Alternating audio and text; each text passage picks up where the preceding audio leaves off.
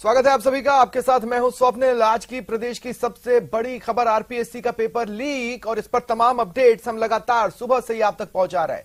देखिए, इस पूरे घटनाक्रम पर, इस पेपर लीक पर मुख्यमंत्री अशोक गहलोत का बड़ा बयान सामने आया है। उनका यह कहना है कि जो दोषी हैं उनके खिलाफ सख्त कार्रवाई होगी और परीक्षा को दोबारा जल्द करवाया जाएगा, किसी के साथ अन्याय नहीं होने देंगे। वहीं उन्होंने ये माना कि पेपर लीक होना चिंताजनक है। साथ ही उन्होंने ये भी बताया कि अन्य राज्यों में भी पेपर लीक हो रहे हैं, लेकिन जितनी तेजी से राजस्थान में कार्रवाई हो रही है अन्य कहीं नहीं हो रही है। बातों ही बातों में उन्होंने इशारा भी किया है कि हो सकता है ये पेपर अगले महीने या फिर जल्द से जल्द जो भी संभव है उसमें करवाया जाए।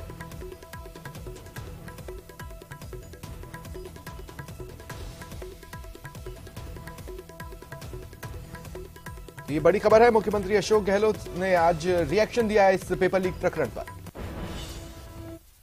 अनफॉर्चुनेट है, पूरे कई राज्यों में आर्मी के अंदर जुडिशरी के अंदर पेपर लीक होने लग गए हैं।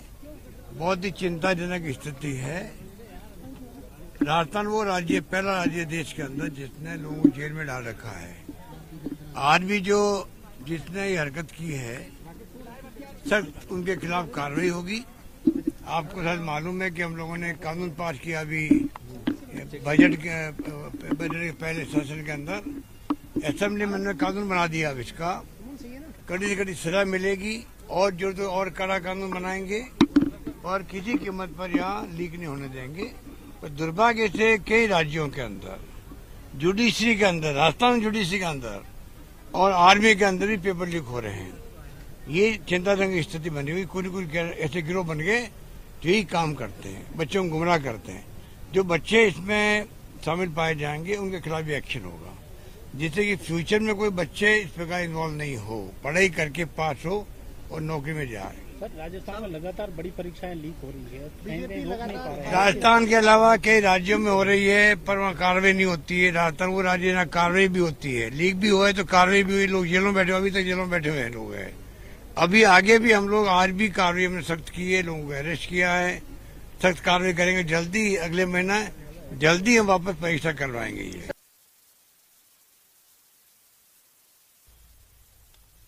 मुख्यमंत्री अशोक गहलोत ने ये रिएक्शन दिया है। जल्द से जल्द पेपर करवाने का इशारा उन्होंने कर ही दिया है। साथ ही ये भी कहा है कि जो पेपर लीक के जो भी दोषी हैं उन पर तुरंत ही कार्रवाई हुई है और आगे भी इस कार्रवाई को सख्त से सख्त रूप में आगे बढ़ाया जाएगा। जिस कानून की वो बात कर रहे हैं, नकल विरोधी कानून, जिसे कि कड़ा बनाने की बात कही गई थी, उसके भी कई प्रावधान हैं जिन्हें इस्तेमाल किया जाएगा कार्रवाई के दौरान। और इस बीच जालोर से बड़ी खबर आरपीएससी पेपर लीक मामले से जुड़ी हुई। निलंबित एसआई भूपी बिश्नोई, देखिए पूर्व में भी इस तरह के मामलों में इसका नाम सामने आता रहा है। और दूसरा नाम सुनिए, सुरेश ढाका। इनसे पेपर खरीदा गया था। अब ये जांच का विषय है कि इनके पास पेपर कहां से आया। कहीं कोई आरपीएससी में ही तो भेदिया नहीं है। ये एक बड़ा सवाल है जो फिलहाल जांच एजेंसियों के सामने है।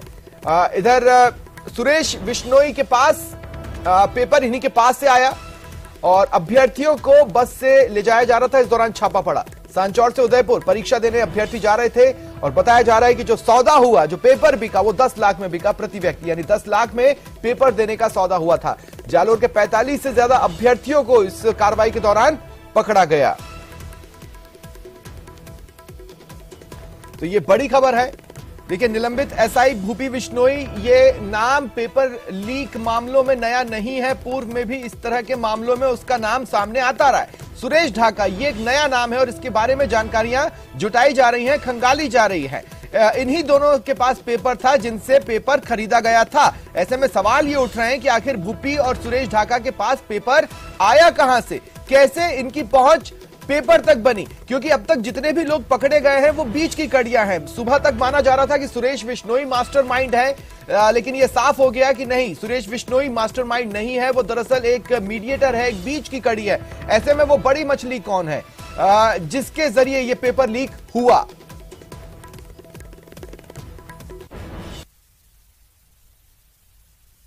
जो पर्चे लीक हुए और उन पर्चों में जिस तरीके का राजनीतिक संरक्षण ये कहा गया, लगातार उसी घटना में एक किस्सा और जुड़ गया। जब सेकंड ग्रेड की भर्ती परीक्षा का पर्चा पहले लीक हो जाता है। अशोक गहलोत सरकार को, कांग्रेस पार्टी को शायद इल्म नहीं है कि उन्होंने कितने राजस्थान के नौजवानों के सपने तोड़े हैं। अब ये घटनाएं सरकार के लिए भी कलंक है और हम सब जो शिक्षा के जुड़े हुए लोग हैं उनको इसका अफसोस है।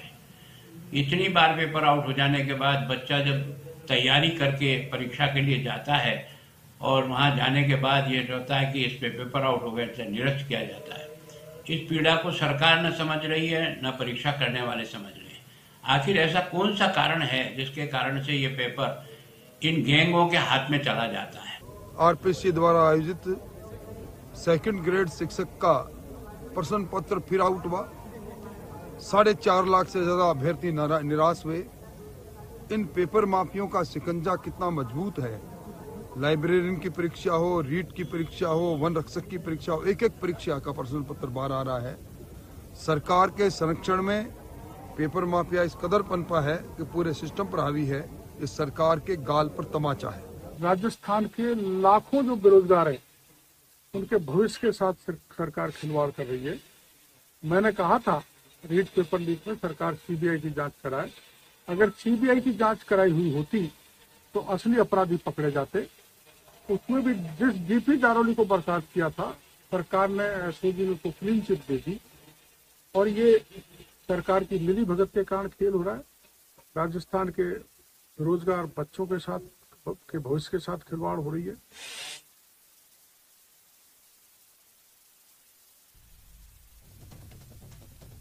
पेपर लीक पर सियासी घमासान मचा है। सरकार तो चाहती पर लीक हुआ तो ये हमारे लिए बड़ी चुनौती है। अधिकतर लोगों को हमने गिरफ्तार किया पिछली बार भी, आप जानते हो। कोई सरकार नहीं चाहती कि कोई पेपर लीक हो। सरकार तो चाहती है पेपर लीक नहीं हो, लेकिन इस तरह के गिरोह यदि कहीं सक्रिय है तो ये मानकर चलिए चाहे और भी सख्त कानून बनाना पड़े, इनकी जमानतें नहीं होगी, चाहे और कोई सख्त कानून लेकर आना पड़े। हम इनके लिए बड़ा, मैं फिर कह रहा हूँ, ये पेपर लीक वाले समझ जाएं, नहीं तो ऐसा कानून लाएंगे कि जेल में ही पड़े रहेंगे, छूट ही नहीं पाएंगे, जमानतें नहीं। अभी भारत जोड़ो यात्रा थी, उसमें राहुल जी भी थे, हम भी उनके साथ में थे। राहुल जी ने भी कहा ये जो इस तरह की कोई भी पेपर आउट होता है इसके लिए किसी न किसी की जिम्मेदारी तय की जाए और उसके खिलाफ कार्रवाई की जाए। तो मुख्यमंत्री जी ने कहा है कि इस प्रकार जो भी अगर कोई इसमें दोषी पाया जाएगा तो उसको बख्शा नहीं जाएगा। पूर्व में भी पेपर आउट है, उसमें जो भी संलिप्त पाए गए उनके खिलाफ कार्रवाई की, उनको जेलों से बंद किया गया, तो उनको छोड़ा नहीं जाए, बख्शा। लोगों के साथ ही हुआ, प्रदर्शनी में थे, वहाँ थे, लेकिन जो भी कोई इसके लिए जिम्मेदार होगा डेफिनेटली उसके खिलाफ लगातार की जाएगी। हाँ नहीं, लगातार हो रहे हैं, बहुत अफसोस की बात है और आगे इस तरह के इंतजाम किए जाएंगे कि इस तरह की हरकत न हो। तो देखिए, विपक्ष को बैठे बिठाए एक मुद्दा मिला है और दूसरी तरफ सरकारी पक्ष का जो रिएक्शन है वो पूरी तरह सरकार के बचाव में दिया जा रहा है। सियासी घमासान सा छिड़ा हुआ है और इस बीच जमीन पर क्या कुछ हो रहा है, जांच कहां तक पहुंची है, अभ्यर्थी और युवा बेरोजगार क्या महसूस कर रहे हैं। मेरे 3 सहयोगी मेरे साथ जुड़ रहे हैं। अजमेर से अभिजीत दवे मेरे साथ जुड़ रहे हैं, जालोर से श्याम मेरे साथ जुड़ रहे हैं और जयपुर से लवली वधवा मेरे साथ जुड़ रहे हैं। सबसे पहले श्याम, मैं आपके पास आ रहा हूं। देखिए, एक बार फिर एक पेपर लीक हुआ है जिसके बीच में जालोर का कनेक्शन दोबारा चर्चाओं में आ चुका है। इसका मतलब यह है कि जालोर में कभी भी पेपर लीक की जड़ को खत्म नहीं किया जा सका।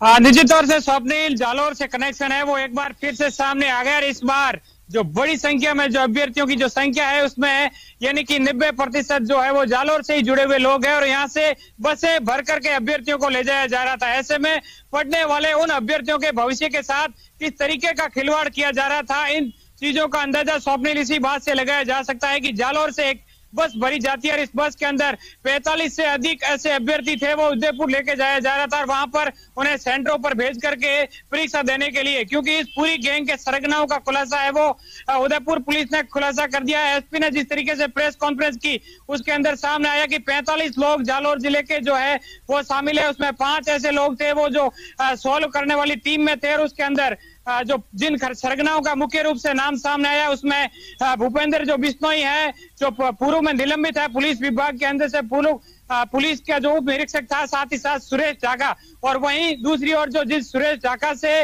पेपर है वो जालौर के अंदर सुरेश बिश्नोई ने खरीदा था, वो शिक्षा विभाग के अंदर बड़े ओहदे पर बैठा है। वो इस तमाम पूरी गैंग के अंदर शामिल लोगों के जो सॉल्व करने वाली टीम थी, उस सॉल्व करने वाली टीम को हैंडल कर रहा था। बस के अंदर सॉल्व किया जा रहा था पेपर, और उसके बाद जो तमाम अभ्यर्थियों को ये पेपर पढ़ा करके सेंटरों पर भेजा जा रहा था। यानी कि स्वप्निल कहीं ना कहीं प्रदेश के 4 लाख से अधिक ऐसे अभ्यर्थियों के भविष्य पर ग्रहण लगाने की ये जो रणनीति थी, ये कहीं ना कहीं पुलिस की इस सजगता ने जो सफलता हासिल की है। लेकिन कहीं ना कहीं कहा जा सकता है स्वप्निल कि ये जालौर कनेक्शन है, लेकिन अन्य पेपर्स पर क्वेश्चन मार्क लगा दिया है श्याम। देखिए हुआ क्या है ना कि जो अन्य पेपर्स हुए हैं 21 तारीख से अब तक, उन पर एक क्वेश्चन मार्क लग गया है, क्योंकि हर रोज कम से कम 1 या 2 अफवाहें तो मार्केट में आ रही थी, लेकिन अब उन अफवाहों को नजरअंदाज नहीं किया जा सकता।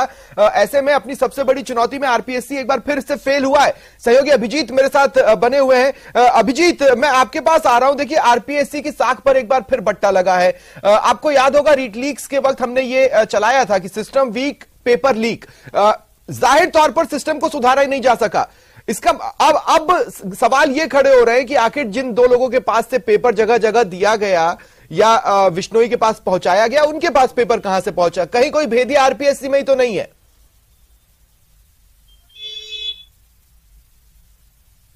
देखिए, आपने बिल्कुल जायज सवाल यहाँ पर उठाया है स्वप्निल की कहीं कोई भेदिया आरपीएससी में तो नहीं है। और इसी बात को लेकर अब से कुछ देर पहले जो राज्यसभा सांसद है डॉक्टर किरोड़ीलाल मीणा, वो यहाँ पर पहुंचे थे एबीवीपी के अपने कार्यकर्ताओं के साथ, और उन्होंने आरपीएससी के चेयरमैन संजय श्रोती से मुलाकात की है। उन्होंने एक फॉर्मल ज्ञापन जो है सौंपा है, जिसमें किरोड़ीलाल मीणा ने एक बड़ा आरोप लगाया है कि आरपीएससी की जो सीक्रेसी ब्रांच है, गोपनीय शाखा, इसमें सीधा सीधा हस्तक्षेप है। उसी के मार्फत जो है ये पूरा नेक्सस जो है वो ऑपरेट कर रहा था। तो उन्होंने 2 दिन का समय दिया है, जिसकी 2 दिन के अंदर इस उच्च स्तरीय जांच की जाए, जिसमें खास तौर से जो गोपनीय शाखा के लोग हैं, जिस पूरे इस एग्जाम को कंडक्ट कराने में, एग्जाम को शुरुआत से लेकर अंत तक जो है इस प्रोसेस से जुड़े हुए रहते हैं सीक्रेसी डिपार्टमेंट के लोग, उनकी जांच की जाए। जब उनसे सवाल किया गया, हमने सवाल पूछा कि आप किस आधार पर जो है सीक्रेसी डिपार्टमेंट के लोगों पर सवाल खड़े कर रहे हो, क्योंकि आज सुबह जब आरपीएससी के सेक्रेटरी एचएल अटल ने मीडिया ब्रीफिंग की थी, तो उन्होंने साफ तौर से कहा था कि आरपीएससी के लेवल पर किसी तरह का कोई भूमिका संलिप्तता जो है पूरे मामले में नहीं है।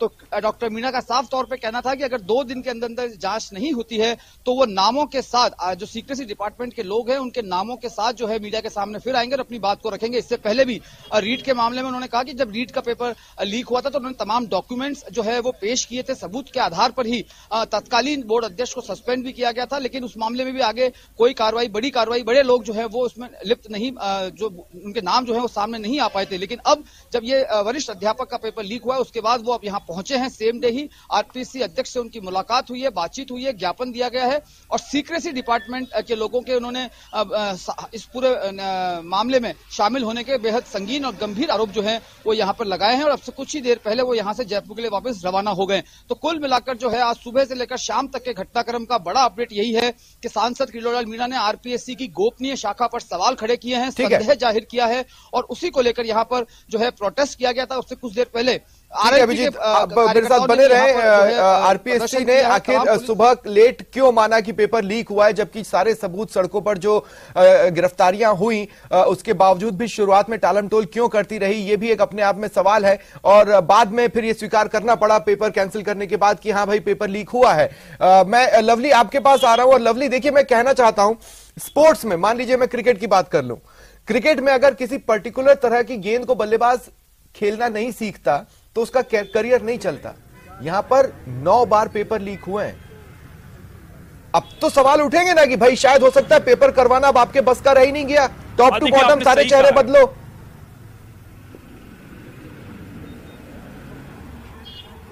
बिल्कुल आपने सही कहा है। इससे पहले भी जो परीक्षा रीट की हुई है, आप ये देखिए कि जो 9 पेपर लीक हुए हैं उनमें आरपीएससी के पेपरों की संख्या ज्यादा है। यानी कि आरपीएससी का जो कामकाज का तरीका है वो जमीनी स्तर को नहीं समझते हैं, इसीलिए पेपर जो है वो ग्राउंड पर लीक हो रहा है। और बाकी कर्मचारी चयन बोर्ड को आरपीएससी से जो है 3rd ग्रेड की परीक्षा भी छीन करके आरपीएससी से कर्मचारी चयन बोर्ड को सौंपी गई।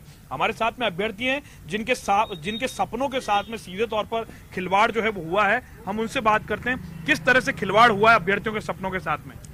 देखिए, सबसे पहले तो मैं बता देना चाहता हूं कि इससे पहले भी इन पेपर माफियाओं ने बहुत से अभ्यर्थियों के सपनों को चकनाचूर किया है। और अब तो हद हो गई कि जब से सेकंड ग्रेड की परीक्षा चालू हुई है तब से लगातार खबरें आ रही थी कि पेपर लीक चल रहा है, और आज जो घटना हुई उससे तो अभ्यर्थियों को इतनी ज्यादा पीड़ा हुई जो कोई सोच नहीं सकता कि अभ्यर्थी अगर अपन ग्रामीण भाषा में कहते हैं कि थाली में लड्डू तो परोस दिए गए लेकिन खाने नहीं दिए गए।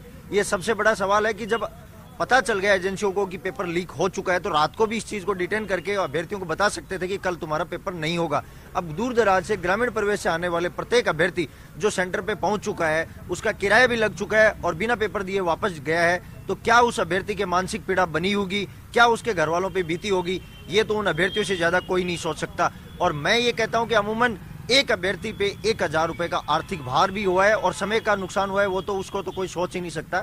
तो मैं ये सरकार से भी निवेदन करना चाहता हूं और ये माननीय मुख्यमंत्री जी से और मंत्री महोदय से, स्पेशल मंत्री महोदय से, क्योंकि हर बार कुछ अच्छी चीज होती है तो वही पीठ थपथपाते हैं कि हमने ये अच्छा काम किया है, तो इस बार अच्छा नहीं हुआ, बहुत ही बुरा हुआ है। बहुत बुरा हुआ है। आप बताइए ये पेपर लीक होने से क्या बीतती है अभ्यर्थियों के ऊपर? जिन युवाओं से कांग्रेस सरकार वादा करके सरकार में आई थी, आज उनके साथ आज से पहले भी रीट पेपर लीक हो चुका है। इनको जब पता है कि ये रीट पेपर नहीं करवा सकते, फिर इन्होंने आज जिम्मेदार कोई नहीं है इसका। आज युवा परेशान है, इनके सरकार से इतना परेशान है कि लोग इस स्थिति में है। आज जो आर्थिक स्थिति युवाओं की जिस हिसाब से हम देखें कि बेरोजगार घूम रहे हैं, अपराध की ओर जा रहे हैं, ऐसी घटनाओं की वजह से लोग अपराध की ओर जा रहे हैं, तो सरकार को कहीं ना कहीं इस चीज की जिम्मेदारी लेनी पड़ेगी और युवाओं से जो वादे किए हैं उन पे खरा उतरने का काम करना पड़ेगा। आप बताइए जब पेपर लीक होता है तो एजेंसी को लेकर के कितना विश्वास खराब होता है हमारा? देखिए क्या होता है, बच्चा जब कोई कंपटीशन एग्जाम की तैयारी करता है तो उससे पहले उसके बहुत सारे संघर्ष उसके पीछे छुपे थे, वो कई साल उसका इंतजार करता है। और जब ऐसी घटनाएं आती है कि पेपर होने से पहले पेपर लीक हो गया तो उनके सपनों को बहुत एक धक्का मिलता है। सरकार को इसमें देखना चाहिए और जो जांच एजेंसियां और जो इसके लिए जिम्मेदार हैं कि जो लोग पेपर करवा रही हैं, आरपीएससी पेपर करवा रही, जो सरकार जिम्मेदार है, उनको इसका ये सुरक्षा ध्यान में रखनी चाहिए कि ऐसा आगे नहीं हो। और जो लोग ऐसा कर रहे हैं उन व्यक्तियों पे, उन लोगों पे, उन संगठनों पे कड़ी से कड़ी कार्यवाही हो तो युवाओं को इससे कोई हानि नहीं हो। अच्छा, आप ये बताइए यूपी बिहार में भी बस के अंदर चलती बस में पेपर लीक नहीं हुआ, लेकिन राजस्थान में हुआ, तो किस तरह से आरपीएससी की कार्यप्रणाली पर सवाल उठा है? देखिए, आरपीएससी में पहले चेयरमैन थे, फिर बाद में राजस्थान पुलिस सर्विस से जो चेयरमैन थे उनको। ठीक है, ये जो बस वाला एंगल है इसे भी जानना बेहद जरूरी है। मैं एक बार फिर सहयोगी श्याम का यहाँ पर रुख करूंगा। श्याम, जैसा कि आपने बताया जालोर से कई सारे अभ्यर्थियों को लिया गया और उनको बस में बिठाया गया। श्याम, मेरा सवाल आपसे यह है, बस किसकी थी? क्या इस बारे में जानकारियां मिल पा रही हैं? बस को इतना अत्याधुनिक बनाया गया, इसका मतलब है कि तैयारी ही इस तरह से की गई कि इस बस का इस्तेमाल पेपर लीक के लिए ही करना है।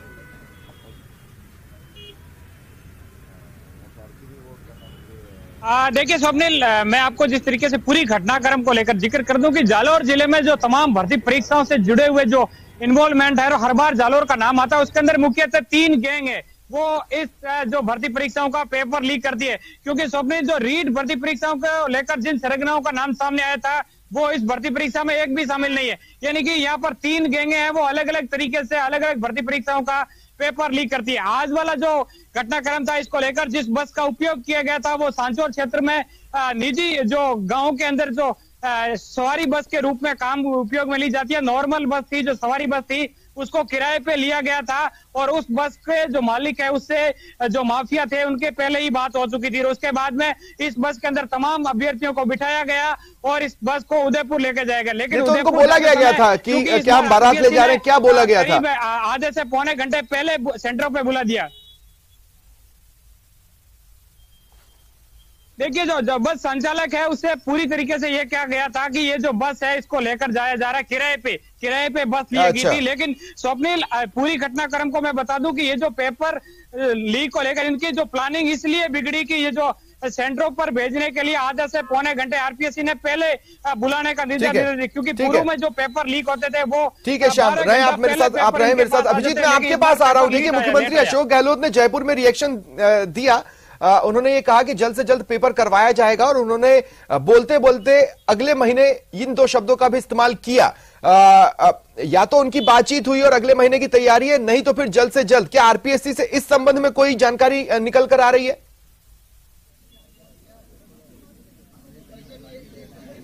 देखिए, जो आज पेपर निरस्त हुआ है, जाहिर तौर में इसमें 15 से 20 दिन का वक्त लगना मिनिमम रूप से जाहिर है, क्योंकि अभी 27 तारीख तक जो शेड्यूल्ड एग्जाम्स हैं, जैसे आज सेकंड पारी का पेपर हुआ है, कल क्रिसमस की छुट्टी है, उसके बाद 26-27 को वापस से पेपर है। इसके बाद जनवरी में भी जो है कॉलेज लेक्चरर्स के लगातार इंटरव्यूज यहां पर चल रहे हैं। करीब 31 विषयों के इंटरव्यूज संपन्न हो चुके हैं, लेकिन लगातार वो भी जारी है। ऐसे में समय निकालना बहुत जरूरी है। 3 दिन पहले जब आरपीएससी के स्थापना दिवस पर चेयरमैन मीडिया से मुखातिब हुए थे, तो उन्होंने कहा था कि जनवरी में सब इंस्पेक्टर भर्ती परीक्षा का जो इंटरव्यू शेड्यूल है वो जारी किया जाएगा। उसके बाद मोस्ट अवेटेड जो है आरएस 2021 के इंटरव्यू जो हैं वो भी होने। तो ऐसे में 15 से 20 दिन या 1 महीने का वक्त लगना लाजमी दिखता है, लेकिन अब ये डिपेंड करता है। ठीक है, शुक्रिया आप तीनों का, लवली, श्याम और अभिजीत मेरे साथ जुड़ने के लिए और तमाम जानकारी।